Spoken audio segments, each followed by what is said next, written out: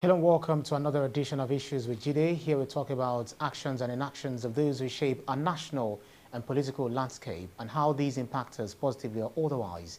I'm Ibrahim Shita. Today on the show, ICPC blames corruption by military for worsening insecurity, says Army Chief stole 4 billion naira. And later on the show, PDP shuns Wike passes vote of confidence on Senator Iyorchia Ayu. In the course of the program, we take your questions, but first, subscribe to our YouTube channel. Drop your questions in the comment section. I have joining me via Zoom, the maestro himself, Babajide Kolade-Otitoju. It's good to see you all the way from Zamfara.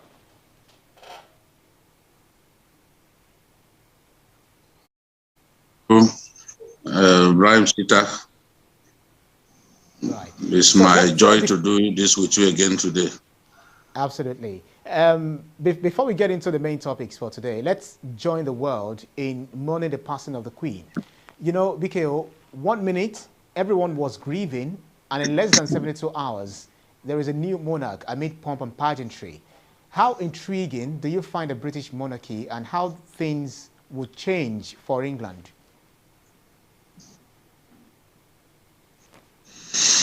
Well, I'm not so sure that the change will be rapid or the change will be unusual. You know, the royal family has a peculiar character, and King Charles, you can say King Charles has been waiting patiently to become the king for decades. So for a man who is already advanced in years, he had been waiting patiently to become the king. So he is already familiar with the ways of the monarchy. But I doubt if Prince Charles will command the kind of respect, the global regard that people had for his mother. Don't forget, Prince Charles, even in his early years, was quite controversial in terms of the way he related with women and all that. So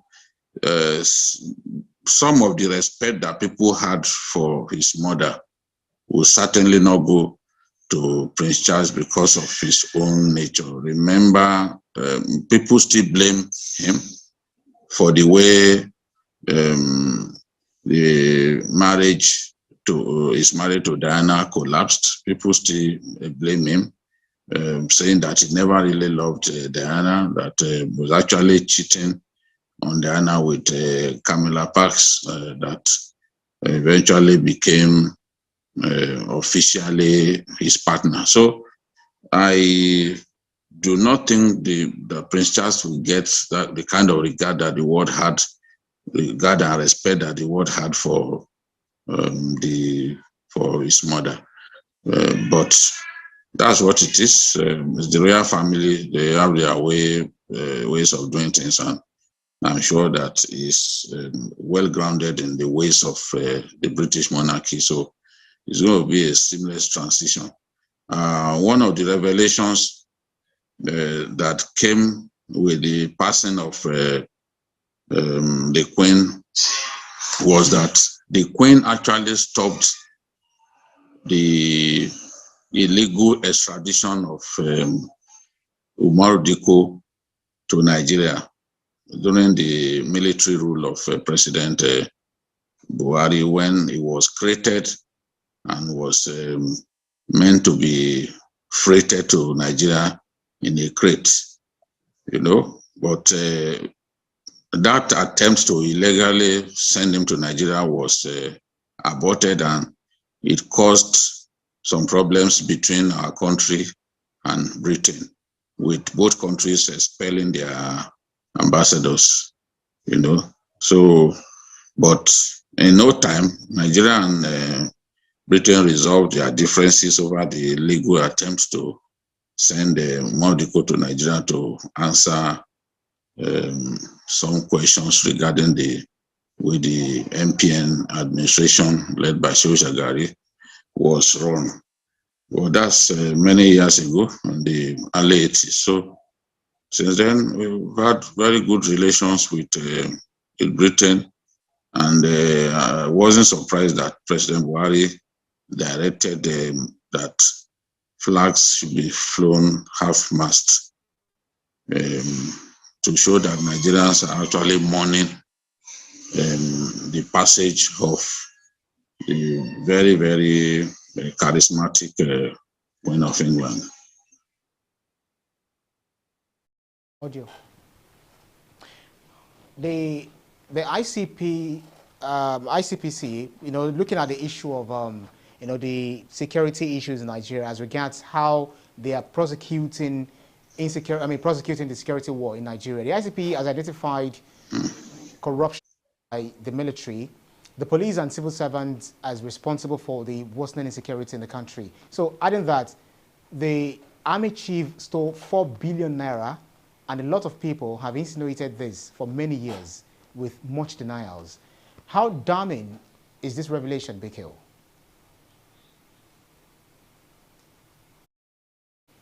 Okay. Ibrahim, if you can.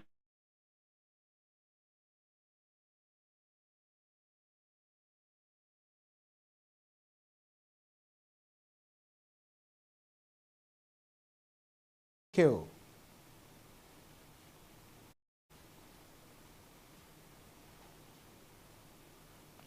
Bikil, can you hear me? Are you there?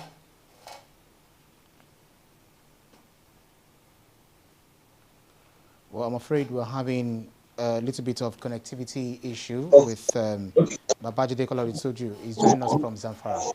Bikil, I think I can see you now. Can you hear me?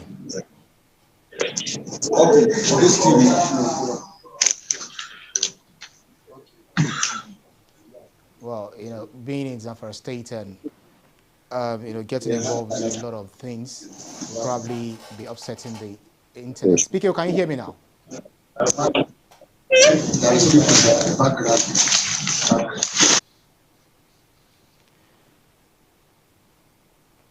Well, let's see. As soon as we're able to reconnect with Babajide Kolade-Otitoju, we've been talking about the issue of the ICPC that just found out because some of the former army chiefs were involved in the corruption cases, which is affecting the prosecution of insecurity in Nigeria, the prosecution of war against the terrorists, against banditry in Nigeria. So we're trying to see if we'll be able to reconnect with Babajide Kolade-Otitoju. He's joining us from Zamfara State. We know the internet network can also be a bit of hassle, looking at all of this issue. So the ICPC chairman made us understand that army chief, maybe most, past army chief, according to what he said, that some of them stole, all the amount of money that they stole is almost 4 billion naira. So, and then a lot of people have actually insinuated that this is the case, but then it has since been denied. Let's see whether we are able to connect with Bikil. Bikil, can you hear me now?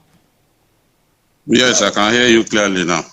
Makes sense, makes sense. So could you go ahead, as regards this allegation of chief stealing 4 billion naira in prosecuting, war, the worsening insecurity in the country?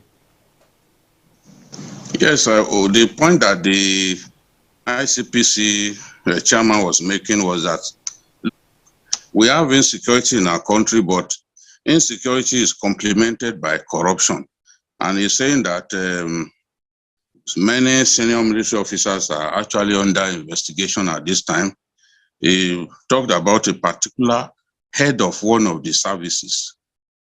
So he was referring to a service chief, one of the immediate past service chiefs, that he actually embezzled about 4 billion naira, and that money was it was withdrawn from the military's budget and put in accounts of companies that he is sole signatory to. He said that when the matter got to court, that they were frustrated by a retired judge who decided to cause the accused person to forfeit some of those properties to government, and then the rest were left and were left with him. So he's saying that that particular matter has been appealed. As far as is concerned, we saw no reason why some of the properties linked with the accused person were allowed to be retained by him, while only a few of them were forfeited to government. So what he's saying is that, look, military approach alone cannot defeat corruption, that we all have to work together, all the security agencies, and that corruption continues to enable insecurity. So their own clinical diagnosis shows clearly that public sector corruption is a big problem. If money is set aside to wage war against banditry in our country, why should we have a situation in which money gets stolen through military contracts, through military procurement and all that? So this is the issue that prompted him to complain aloud. And what I also found disturbing was the statement made by the ICPC chairman that even the police intervention fund, the intervention fund, the trust fund that was introduced as a way of helping the police find the resources, find the money for equipment and other things that they need, are already being diverted. He mentioned the fact that some of the that they came up with so-called welfare schemes just to be able to divert money meant for police beneficiaries to private accounts.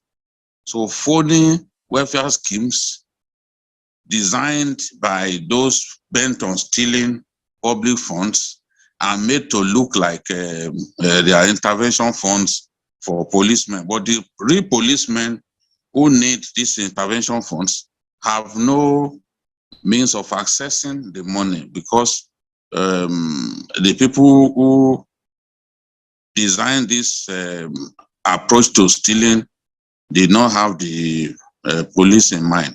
So if we do not defeat corruption, especially at the level of military procurement, you know, this problem has been with us for some time.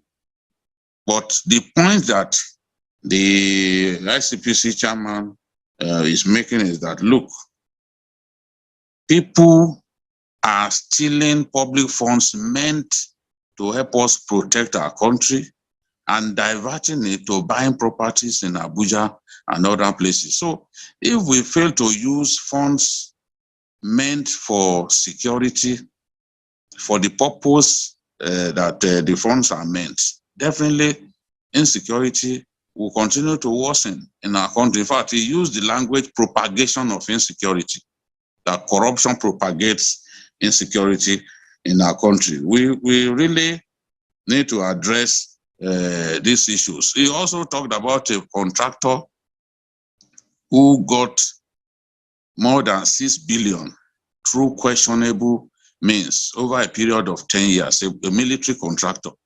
But when they ransacked his house, they found customized phones, Rolexes, you know, exotic wristwatches. They found foreign currencies. They found all kinds of things that pointed to the fact that he had been helping himself to some of the funds meant to execute a contract for the armed forces. And some houses were also traced to him. Some properties in Abuja were traced to him. And the particular contractor is still being investigated, but he is saying that, look, there is a need for all of us to come together and defeat corruption. so that we can free some of the funds being stolen, you know, and get those funds to be used to tackle insecurity in our country. Insecurity is the biggest problem we have now. People can't access their farms. Now, government sets aside money for the purpose of buying equipment for the armed forces, giving the armed forces the things that they need, like APCs, armored personnel carriers, Right. and even rifles. But if such money gets stolen, there's no way that the war against insecurity will not suffer. So,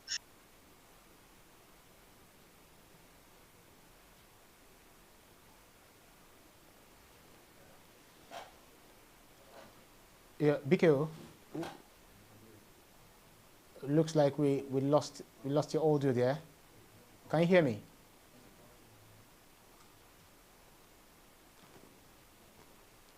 BKO, can you hear me?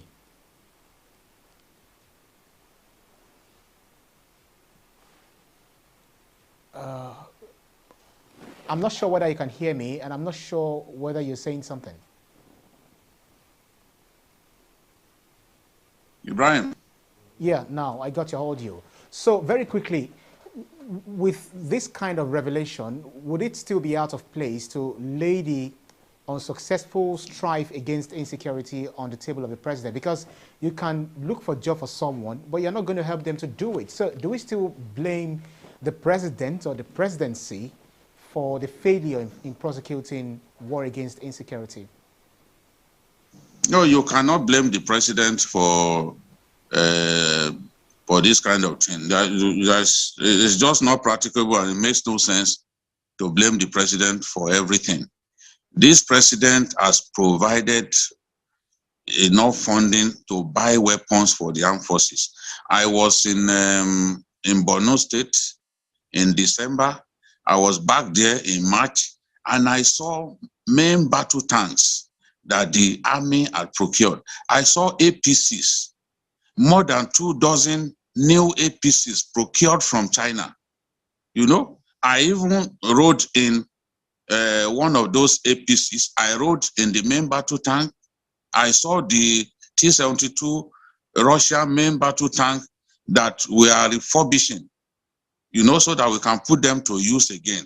The service chiefs, the theater commanders, the air component commanders will tell you that this administration has supported the armed forces by way of buying weapons for them the way no previous administration had done.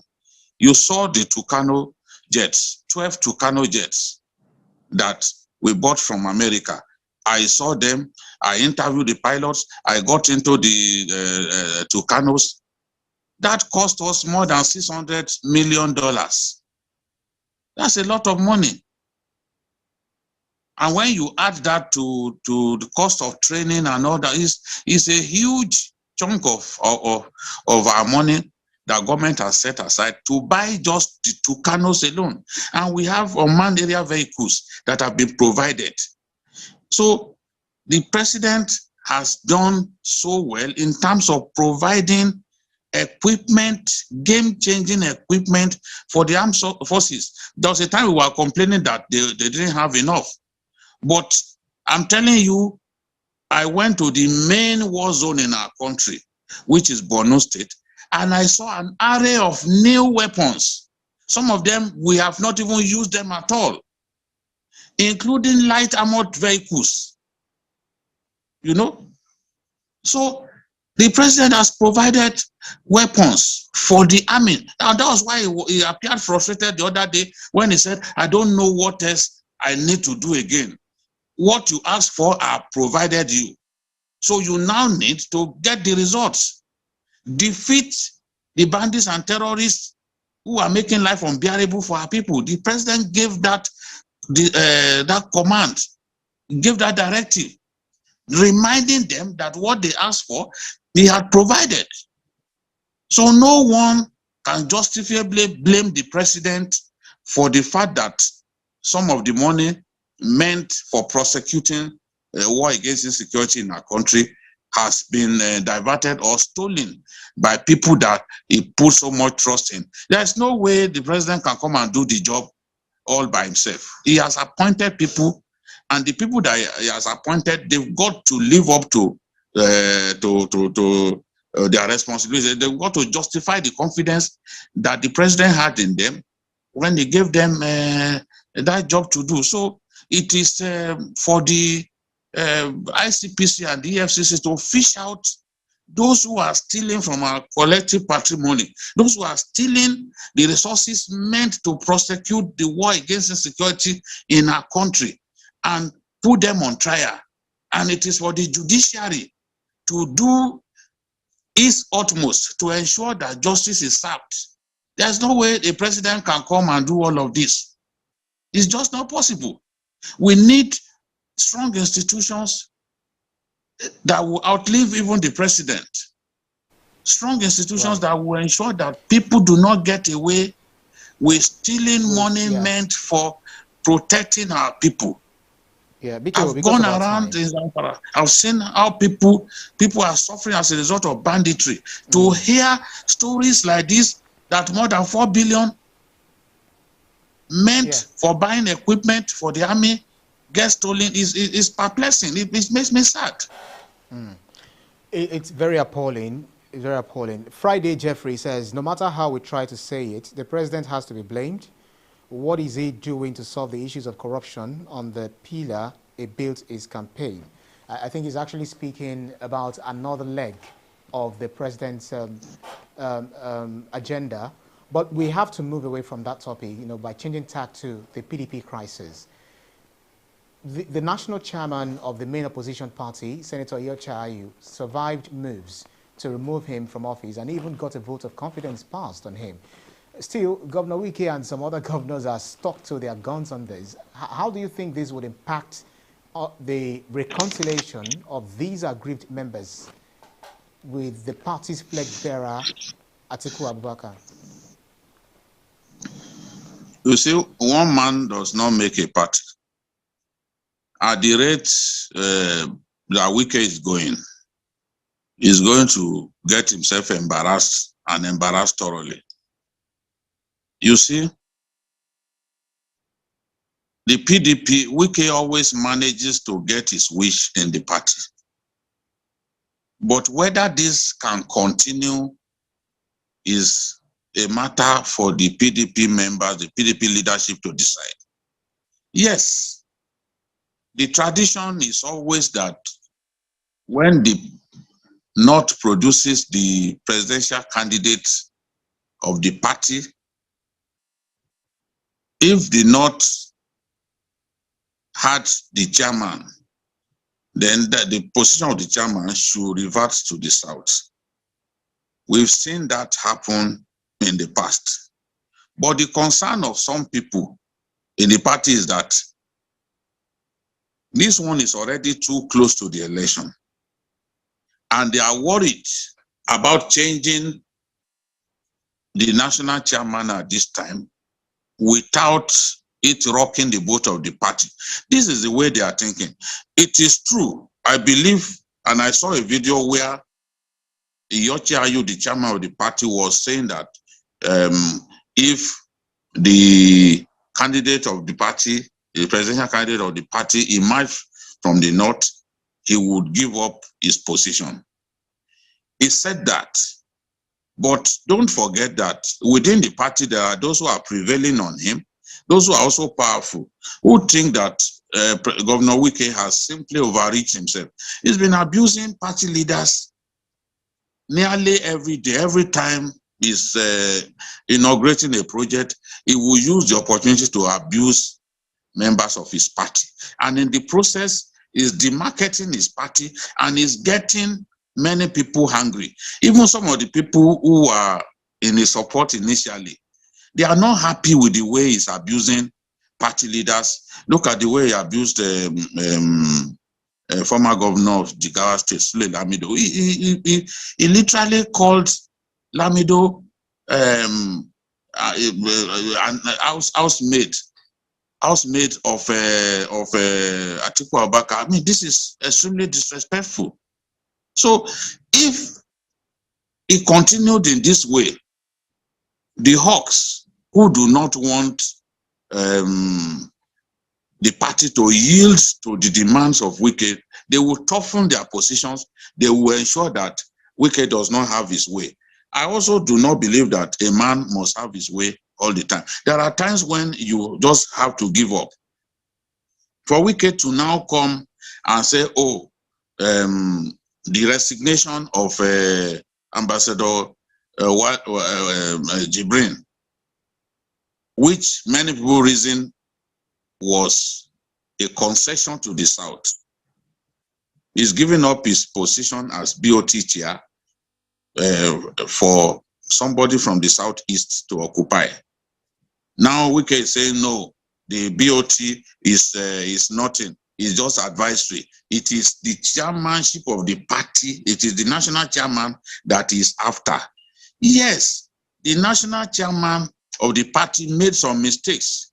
The comment that he made after Atiku emerged, when he described Governor Tambuwal as the hero of the convention, is something that Wike feels very angry about. And Wike believes that for him to have said that, that means he was partial as a national chairman. He got even-handed and all that. Yes, the chairman made that mistake. In the era of social media, he didn't reckon with the fact that somebody was recording. But that mistake has been made. The party is yet to constitute its campaign council, all because they are waiting to see how they can resolve this matter. But this matter has gone on for too long. And the more Wike makes fresh demands, the angrier some people in the party will get. They get angrier. So now you can see what he wants is for the national chairman to go. But the neck of the party, which is the second most powerful organ of the party outside of the convention, has already passed a vote of confidence on the national chairman. As a party man, he has to abide by the decision of NEC because he can't be bigger than his own party. Absolutely. No matter what contributions is made to that party. Yes, we know he's contributed a lot over the years, he's brought resources and all that. But you can't be bigger than your party. This is becoming embarrassing now. You know, getting up every day to abuse people. The other day, he even said that somebody in the presidency is the one supporting Atiku, making Atiku not to honor his word. He claimed that Atiku told him that the chairman, Ayu, has to go now. But again, Atiku may have said that, but Atiku does not own the party. If the rest of them at NEC said, oh, we are passing a vote of confidence on Ayu, no matter how bad Ayu is, no matter what Atiku feels, the decision of NEC stands. Both Atiku and Wike must abide by the decision of NEC. So this is the thing. And NEC includes all the big players in the party, the governors of the South that Wike believes are on his side, they are also part of NEC. So I think that Wike looks like somebody who has overreached himself on this matter. The party has spoken. If they said they are not removing their chairman, there's nothing anybody can do about that. I also believe that there should be fairness in the distribution of national positions. But they are saying this one is too close to the election. Okay, that they may not survive the ripple effect that will come with removing their chairman at this time. And another thing, another contentious issue is if you say that Ayu should resign.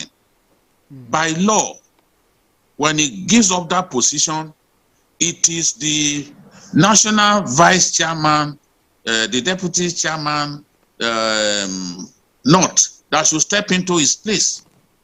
That will still not solve the problem because it means a northerner will then replace a northerner. So it's difficult for the party to find a way to solve this problem. Because if he resigns, then it is someone from the north that will take his place. That's what the Constitution says. They have vice chairman, they have the deputy chairman, north and south. It's one of them that will take the place. Is someone from the region of the now because of time. So what do you expect the party to do? To put another northerner to if Ayu resigns, will the party now put another northerner to replace him? Because that's what the law says. So what they can do is to say, okay, they are dissolving the NWC, and they are not prepared to do that. Because only by dissolving the NWC that you solve that problem of Ayu resigning and his place being taken by someone from the north, as prescribed by the Constitution. So this is what the situation that they found themselves. Except they organize a fresh convention now, and everyone knows that that's too close to the election. Absolutely, there's no convention that doesn't come with all kinds of problems. You have to spend some time reconciling party members and all that. This is too close to the election. I can see how the PDP leaders are thinking. So Governor Wike has to be less unreasonable on this matter. He has to put the love of his party above the differences that he has with Ayu and with Atiku. And look at the comment of the governor of those states, who said if Ayu goes, he too will quit the party. So are they going to allow that to happen? Just because they want to please, will they allow the governor of Edo to leave the PDP just so that they can please Wike? I don't think they would want to do that. All right, I don't think they want to do that. We're running out of time. Let me quickly butt in. Fabian Akeze says, I disagree with the approach Wike has adopted, but I blame the PDP chieftains for giving him so much power because they single-handedly funded the party. This is a common Nigerian problem. That's a comment there. Egon Julia says, Governor is overreaching himself. His Excellency Atiku failed to immediately reach him directly, then sending third party. Wike should sheath his sword and save Nigeria from APC misgovernance. So the question I'm going to be leaving you with, because of our time, we are out of time, in less than 2 minutes if you can. Former Vice President Atiku Abubakar said the PDP crisis is not new and it has the capacity to resolve family issues. But what damage do you think this can cause? Peradventure, they aren't able to resolve this, in the build-up to the election. I think that at some point they will have this matter resolved. I think that at some point reason will prevail. They are weakening themselves against the APC with every passing day. I think that if Wike has not made up his mind to, not support Atiku, then he should support the candidate of his party. I think it makes sense to do that. Good party men make sacrifices for their parties. You cannot win all the time. At some point, you have to agree that, look, let's come together and make peace. That is what good party men do. You make your concessions. You make your concessions. In the APC, they've had their own problems too. But concessions were made and they achieved peace. Look at the example of Zamfara, for example. The governor made concessions. Positions that he could have given to some of his loyalists. He allowed former Governor Yari, Senator Kabir Marafa, he allowed them to take those positions. Some of those individuals, if they were in his shoes, they would not have considered those positions. One of them even admitted that if he were in the governor's shoes, he would not have considered some of those positions. But he wanted the party to go into the next election indivisible. And in order to make that happen, he made big concessions in an election year. So Wike has to be ready to make that concession. Ayu We have about 5 or 6 months, 5 months to the election. We can't be talking about a new national chairman. That's how the PDP people are thinking. They can't go and do a fresh convention now to pick a new national chairman and NWC members, all because they want to make Wike happy. I think Wike has to realize when it is clear that the battle is lost. Otherwise, he will have eggs on his face. They are going to eventually humiliate him if he does not know when to stop fighting. The sensible soldier knows when to retreat. When defeat is staring him in the face, he knows when to retreat. He's done well for the party, he's funded the party very well, but no one can be bigger than the party. Right, right. So, this is my opinion. Yeah, Mikio. Olatunji Atonda says, Uche Secondus is a big player in the party before becoming national chairman. Secondus was state chairman in Rivers State. He was also member of the NWC of PDP. Super Chinedu 123 says, PDP is the architect of its problem. They know the truth, but decided to cover it. They didn't, or why didn't they choose a northerner as vice president since there is no zoning? What do you think will happen in the future? I think Biki has actually addressed that, and because of our time, we need to call it a wrap. And that's our show for today's edition of Issues with Jide. Special thanks to you, Babajide Kolade-Otitoju, for those insightful analyses, as always. Thank you. Thank you. And thanks to you, to our audience, for joining us in every edition. You can see the program again anytime by subscribing to our YouTube channel, TVC News Nigeria. Click on the subscribe button to get the latest information. You can also follow us on our social media platforms at TVC News NG and also at Ibrahim TVC News. On behalf of the rest of the team, I'm Ibrahim Shita. See you again next edition. Bye for now.